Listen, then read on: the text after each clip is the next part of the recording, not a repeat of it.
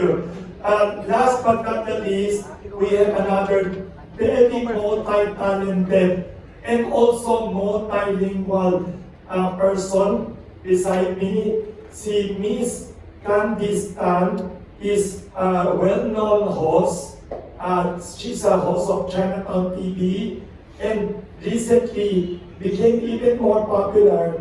If our media just remembers, recently, last month, she was the talented interpreter of Miss Linda Walker, Miss Tang Yin Fei. She's very talented, multilingual. She could speak, of course, English, Filipino, fluent Mandarin, educated in Beijing. Kaya authentic ang Mandarin niya, better than even people in the mainland, and of course Hokkien.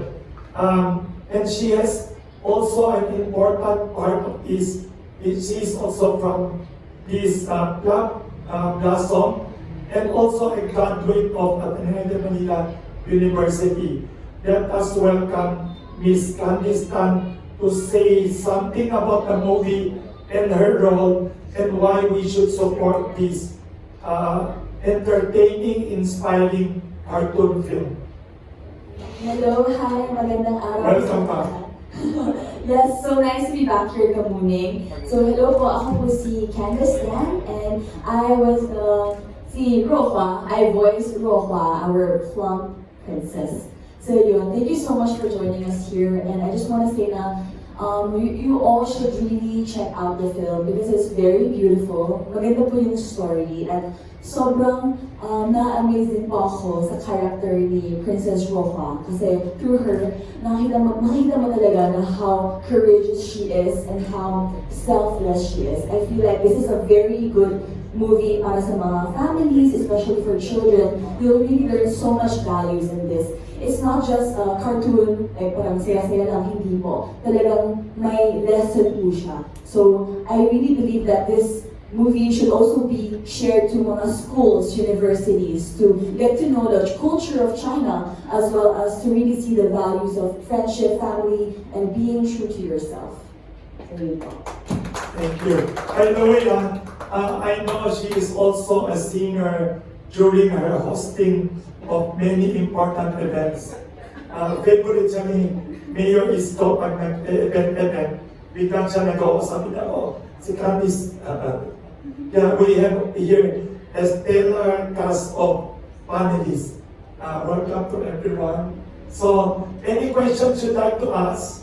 Anyone here would like to ask? Mr. Jerry Olea.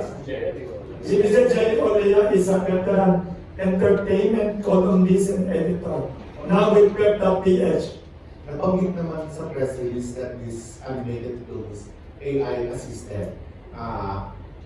Napapag-usapan lately yung AI sa Martins Sigabo, sa Black vs. Judy, even with some Chinese actor na bumalik sa pag-itinda ng bullying dahil nawala ng role dahil sa mga vertical dramas dahil sa AI. Your thoughts on AI? The producer first. Yes, Ms. Rosana. I'm very happy, because of this AI technology, we were able to come up with a movie, and I'm not ashamed to be telling you all this, because the world is coming to AI already. We have robots going on, and I think I just read in New Yorker, they said the robots are coming. So I don't see anything wrong with using AI because it is just a tool. The main point is still by human. We still do the storytelling, we still do the music and everything else. The emotions are all by human storytelling and all. So everything loves it. And I thank the people who developed the AI technology. Otherwise, if I use the standard traditional way of making this movie, there's no way I can ever produce this movie because it's so mahal. How long? Voice casting. Voice casting. Yes. Ano daw, opinion niyo about AI? to the talents here. Ah, that was Yes, the opinion about AI and art and culture. AI is a tool, but it's new. So, to a lot of people, we still cannot accept it. Parang noong unang panahon, nagka-calculator. So, ba't ka nag-calculator? Di ka marunong ng math. I'm a math teacher, I'm using calculator. Noong unang panahon, linabas yung typewriter. Siguro nung lumabas yung typewriter, people were saying, ba't ka nagka-type? Di ka ba marunong magsulat? Nung lumabas yung, for example, pa ba lumabas? Nung lumabas siguro yung hair dryer, siguro tinanong nila, hindi mo ba pwedeng patuyuin yung buhok mo lang naturally? AI is bad if you use it to cheat. If you cheated. But if it is a tool to make you attain your objective faster and more efficiently, then it is wise.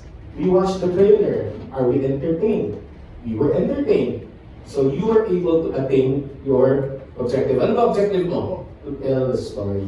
If you will be able to tell the story beautifully, nicely done, then AI is a wonderful tool.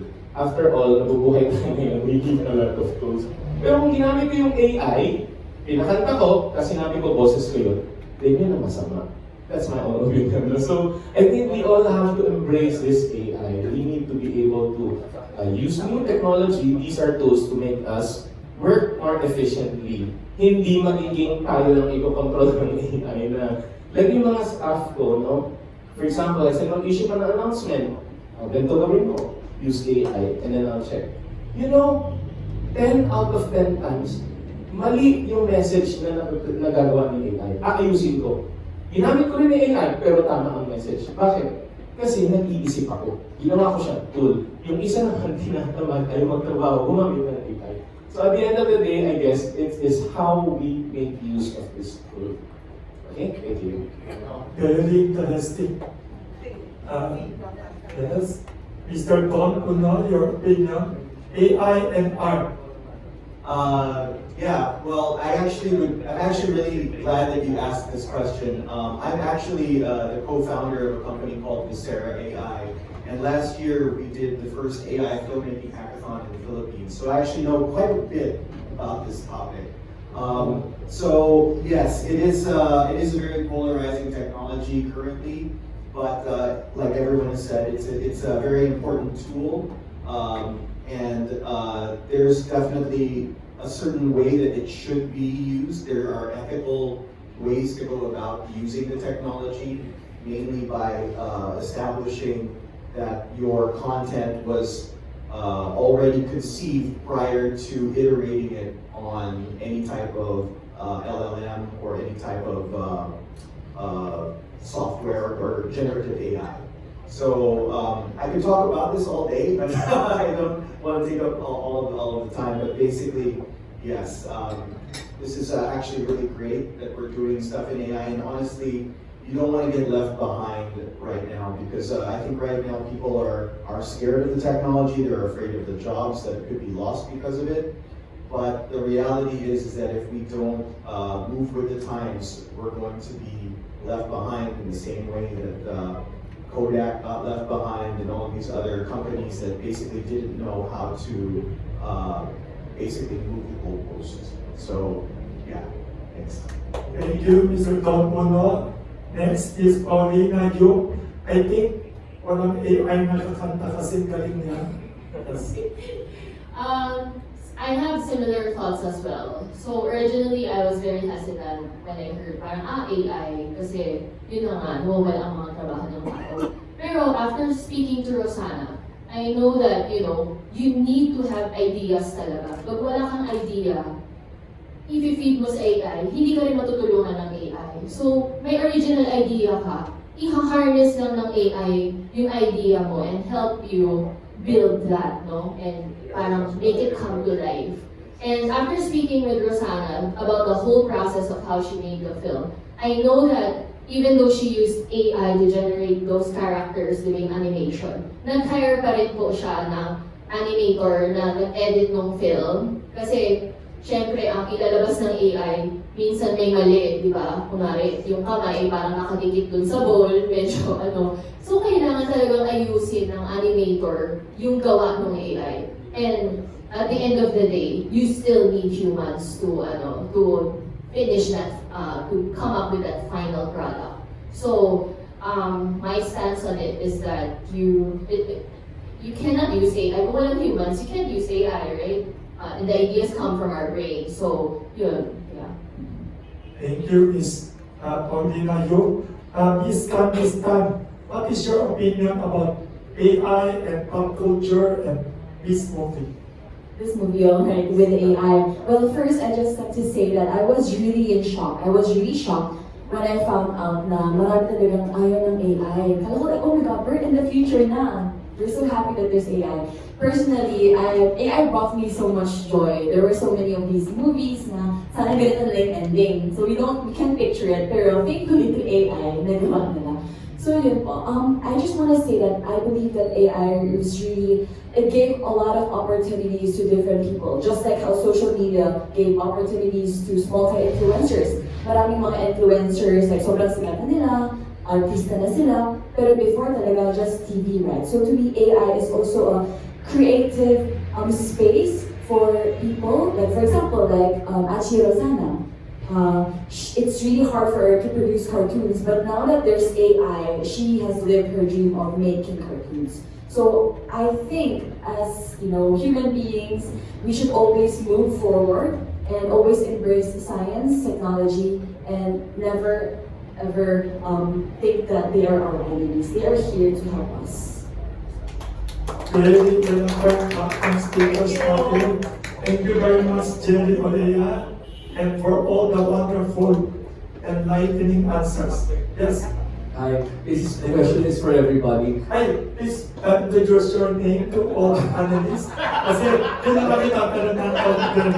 Thank you. Very talented writer. My name is Jemuel Salverio.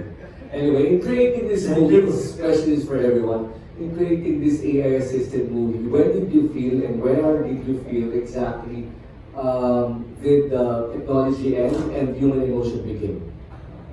Very good. Anyone can answer. Yes, anyone can answer. Well, in the case of human, I don't think AI was not going to produce conferences movie. So it begins with human and ends with human.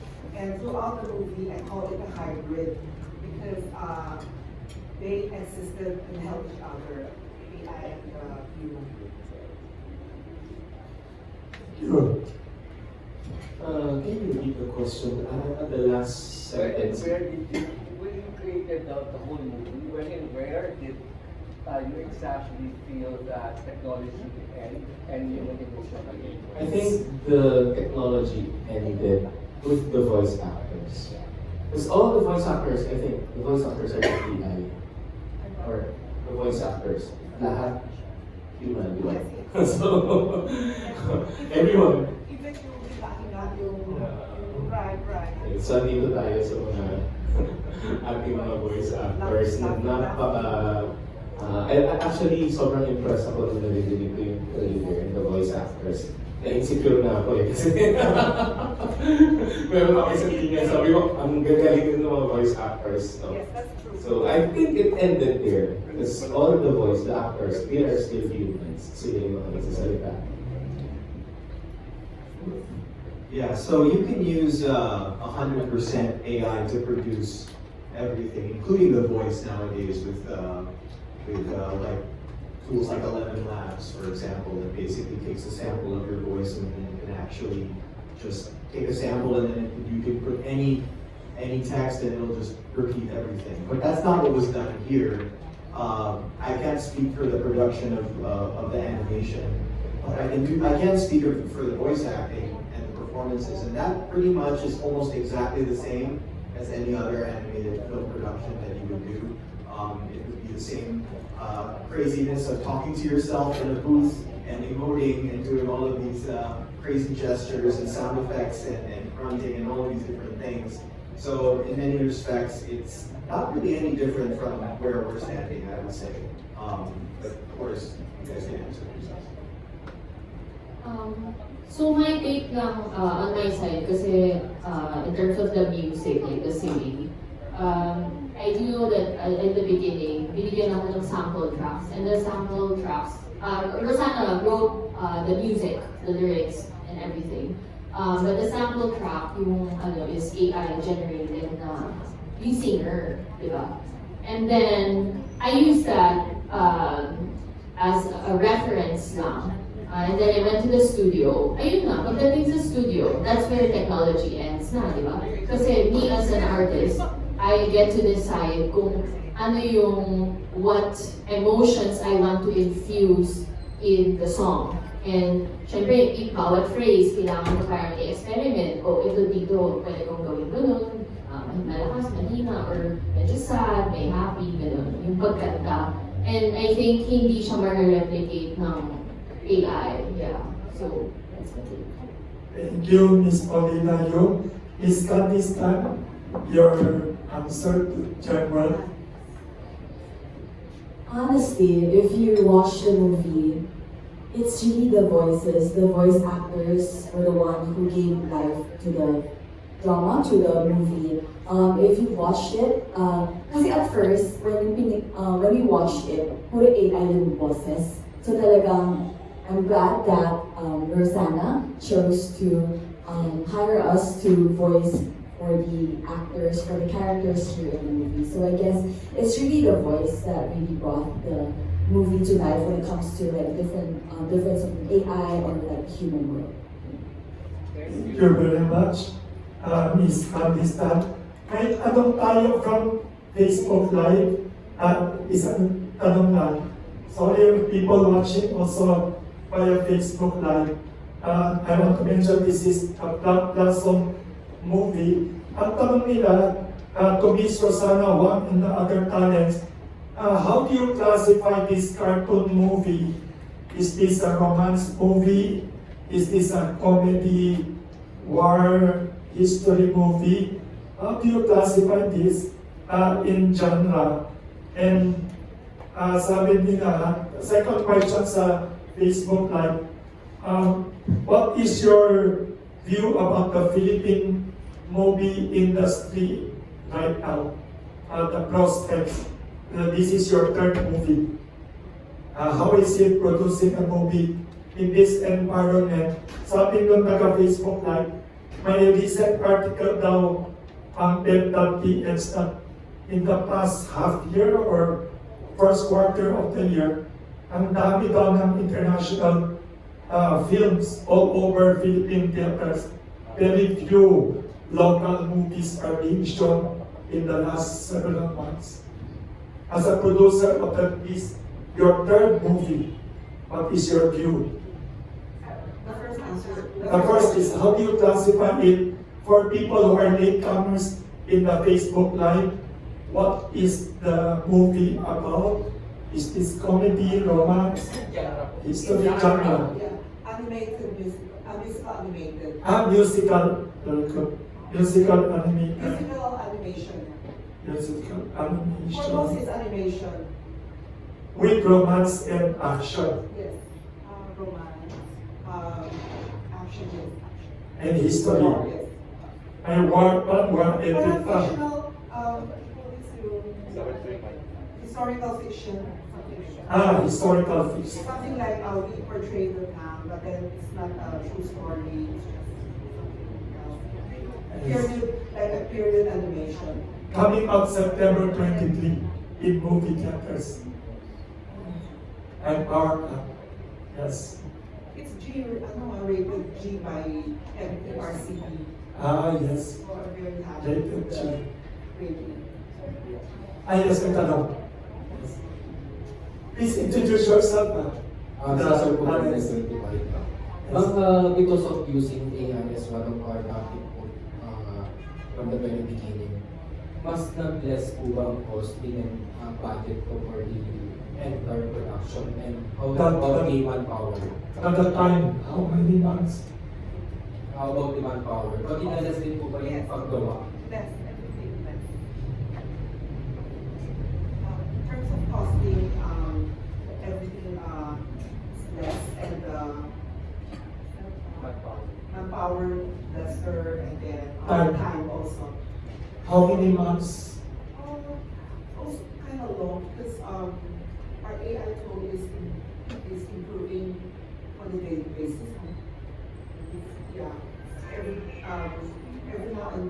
something comes up that you're cool. And so I can say like, if you do another movie now, it's probably going to take less time. When I started, ang gulo pa. Very good. Kung baga mas maganda po ngayon yung fakto ng Yes. paggawa po natin. Oo. It has improved in the past few months. You can see more tools coming out. In terms of the bullying na po, It's volume. kasi every direct animated film has kumbaga memorable soundtrack. Kasi Ah. iba po halos lahat ng mga animated Yes. movies ngayon talagang sumisikat din po yung kanta. Yes. O like yung mga previous na lumabas na. Then ngayon po, ano po yung gusto nyo pong iparating?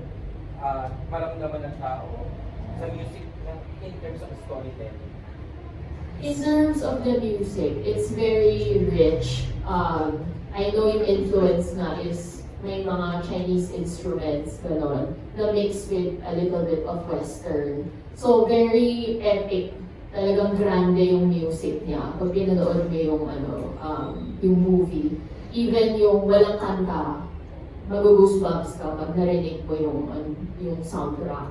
So, I think the message of the songs is for, everybody to, it's may theme kasi yung songs is parang about love, especially yung ones na kinanta ko, diba? Yung love that's shared between two people.